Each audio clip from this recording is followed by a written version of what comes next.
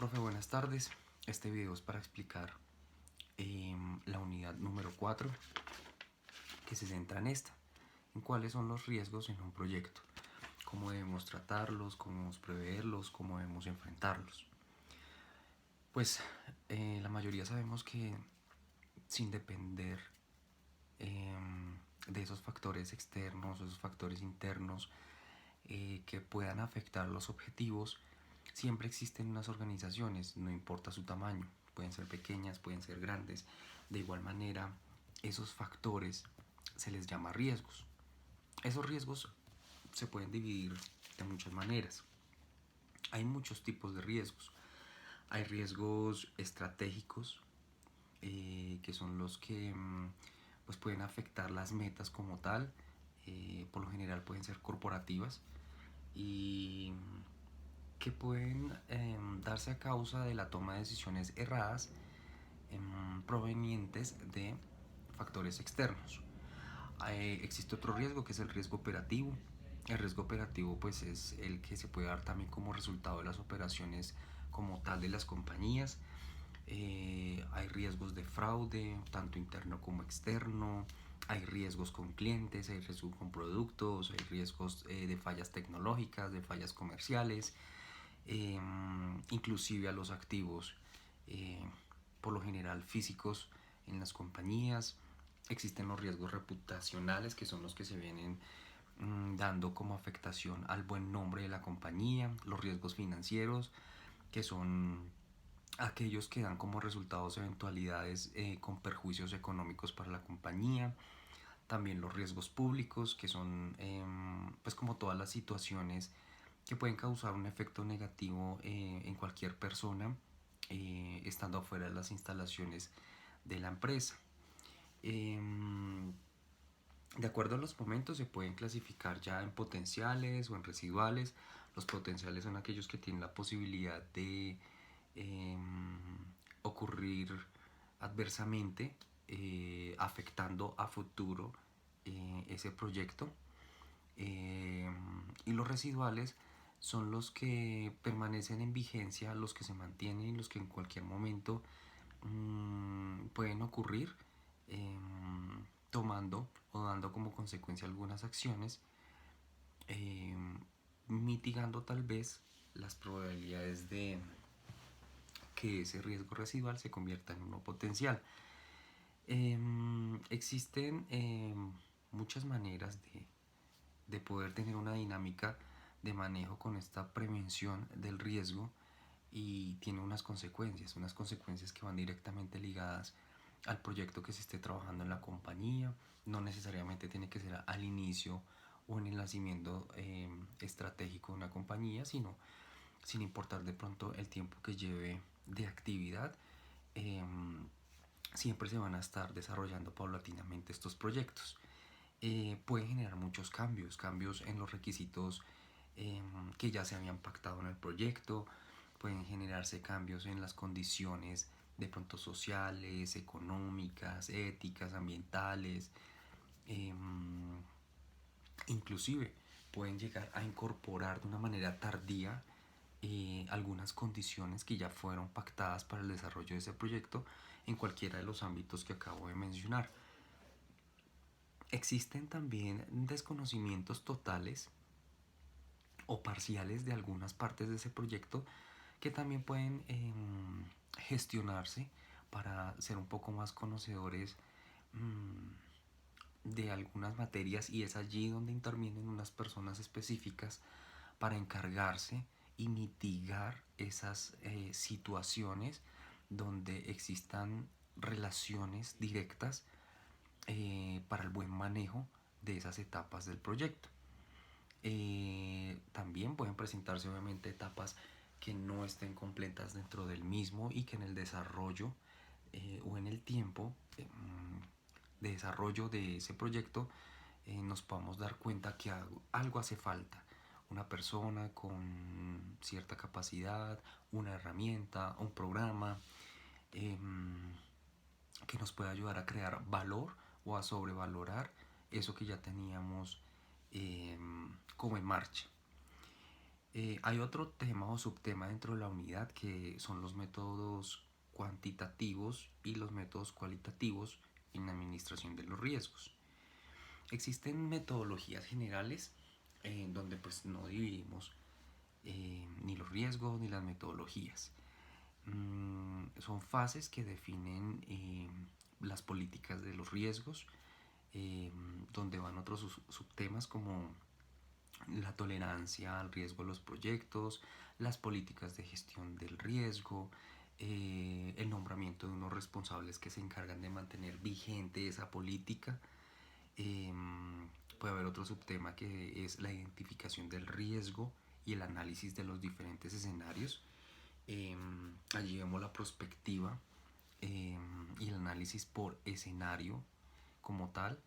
Se identifican los eventos o las situaciones que pueden generar el riesgo. Eh, También encontramos las actividades que nos ayudan a mitigar el impacto de esos eventos que pueden llegar a ser perjudiciales. Hasta que llegamos a la gestión del riesgo. La gestión del riesgo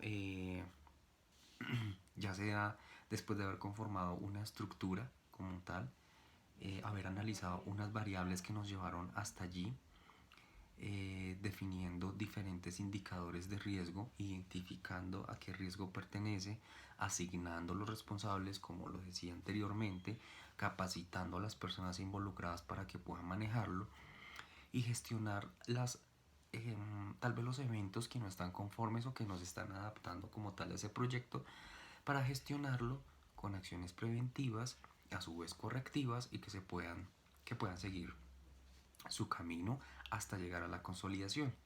En la consolidación pues ya se valoran como todos los juicios que fueron dados por cada uno de los integrantes, el resultado del conocimiento que se da de haber pasado por ese riesgo, haberlo manejado para que en futuros eventos no se pueda presentar o no se vuelva a presentar. Se registran esos hallazgos, las amenazas, tal vez las oportunidades, ¿por qué no?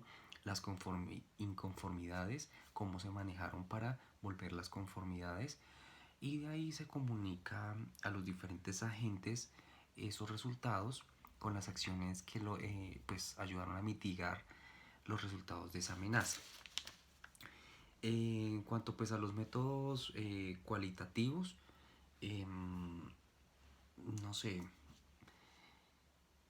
pues como su palabra lo dice, evalúa como cualitativamente los efectos nocivos que pueden ocasionar estos riesgos o estos proyectos que se puedan pues obviamente llegar a presentar, eh, la valoración de esos impactos, estableciendo no sé, como una escala tal vez de evaluación de esos riesgos que se define por la organización.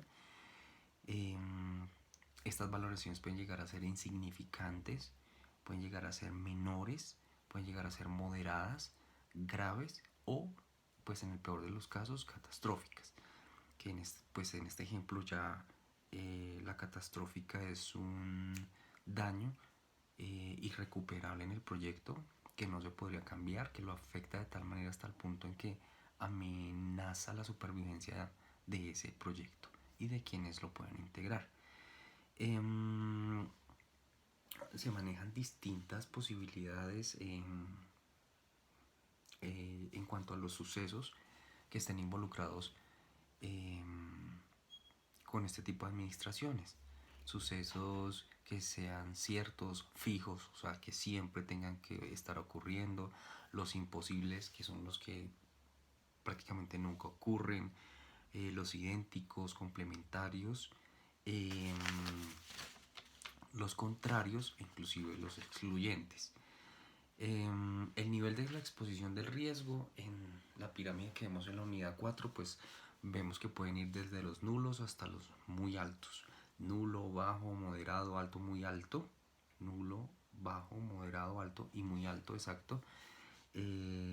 Encontramos un mapa de riesgos de la misma manera en el cual podemos clasificarlos desde leve, moderado, grave e intolerable, con la misma definición que pues di hace un momento. encontramos varios métodos. Había uno que se llamaba el probabilístico, pues que como que suma la probabilidad de ocurrencia de ese riesgo y el de no ocurrencia, y nos da como resultado esa misma validez de riesgo sin clasificarlo.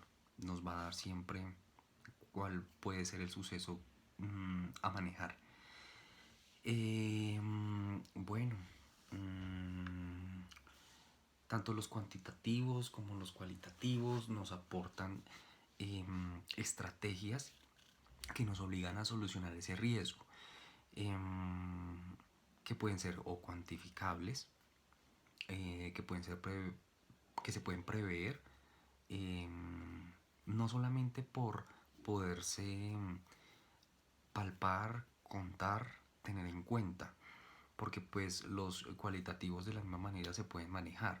Ambos tienen esa estrecha relación, y es que existe la manera tanto de preverlos como de aprender de ellos. Por eso es que existe o existen unas estrategias que son las estrategias de mitigar los riesgos. ¿Cómo mitigar el riesgo? Existen varias estrategias. Las estrategias de la identificación de los sucesos o de los elementos, la preparación de las áreas donde se va a realizar el proyecto, y hay otra que se llama redundancia.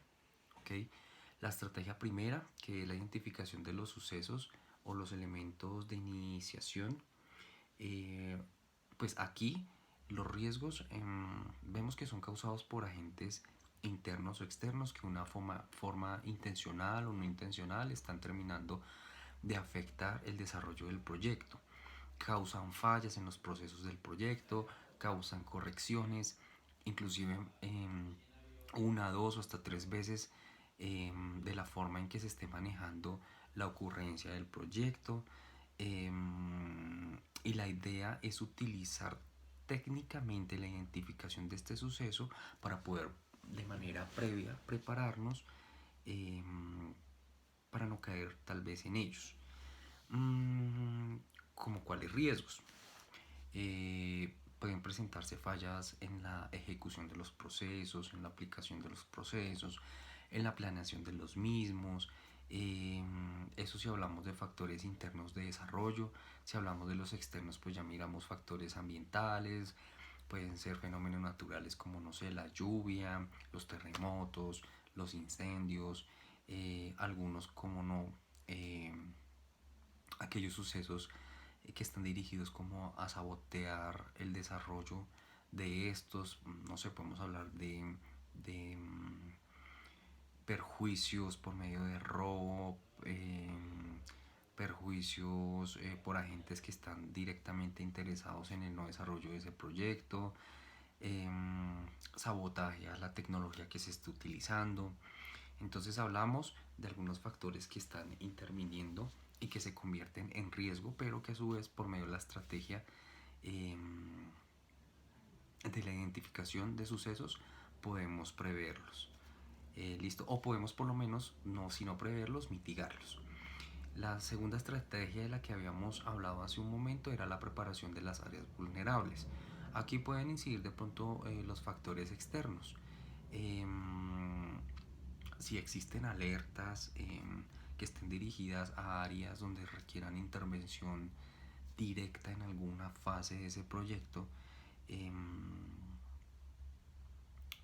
y donde existan tal vez riesgos de daño o perjuicio a la vida humana, se pueden dar inicio a diferentes actividades que controlen o que manejen ese estado, eh, preparando esas áreas para que estén adecuadas al desarrollo o al trabajo de esas personas que ya tuvieron una inducción y que pueden estar casi que a un nivel de preparación fijo para manejar esas áreas. Obviamente los involucrados van a ser personas, si se puede, especializadas, sino pues que tienen un control de las actividades que van a manejar.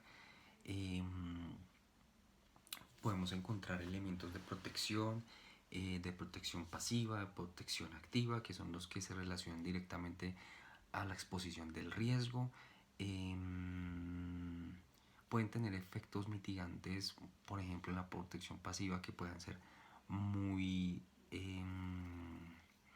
elementales, pero que si no se cuidan pueden tener consecuencias mayores. Las activas son los instrumentos o elementos que se utilizan también como de seguridad en medio del proceso del desarrollo del proyecto. Estos están directamente relacionados con esos factores externos, por ejemplo la protección pasiva. Si hablamos de desastres naturales, de deslizamientos, de avalanchas, de pronto porque se desborda un río,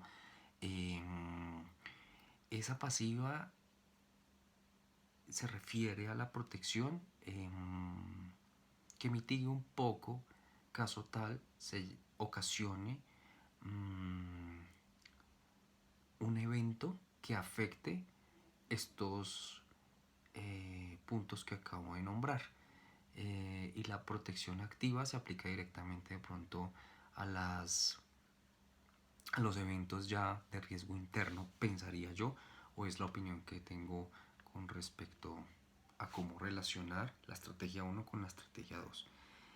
Ya cuando un proceso pues es crítico, cuando los recursos eh, están dañados y ponen en riesgo la gestión del proyecto, se requieren como otros mecanismos que son o que están relacionados eh, a la productividad directa de ese proyecto. Eh,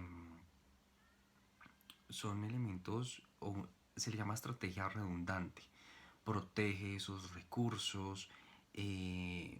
Los recursos son importantísimos porque recordemos que manejamos una información que no nos podemos dar el lujo de extraviar, que únicamente pertenece a la organización eh, y que debe ser cuidada con ciertas medidas que se toman en esta estrategia. Personas o elementos que se encargan de proteger la información que pueden afectar directamente al área tecnológica y a otras áreas que también derivan información privada o que pertenece únicamente o a la compañía o a aquellas personas que están relacionando estos trabajos. La responsabilidad social y la gerencia de proyectos. La gerencia de proyectos es la única que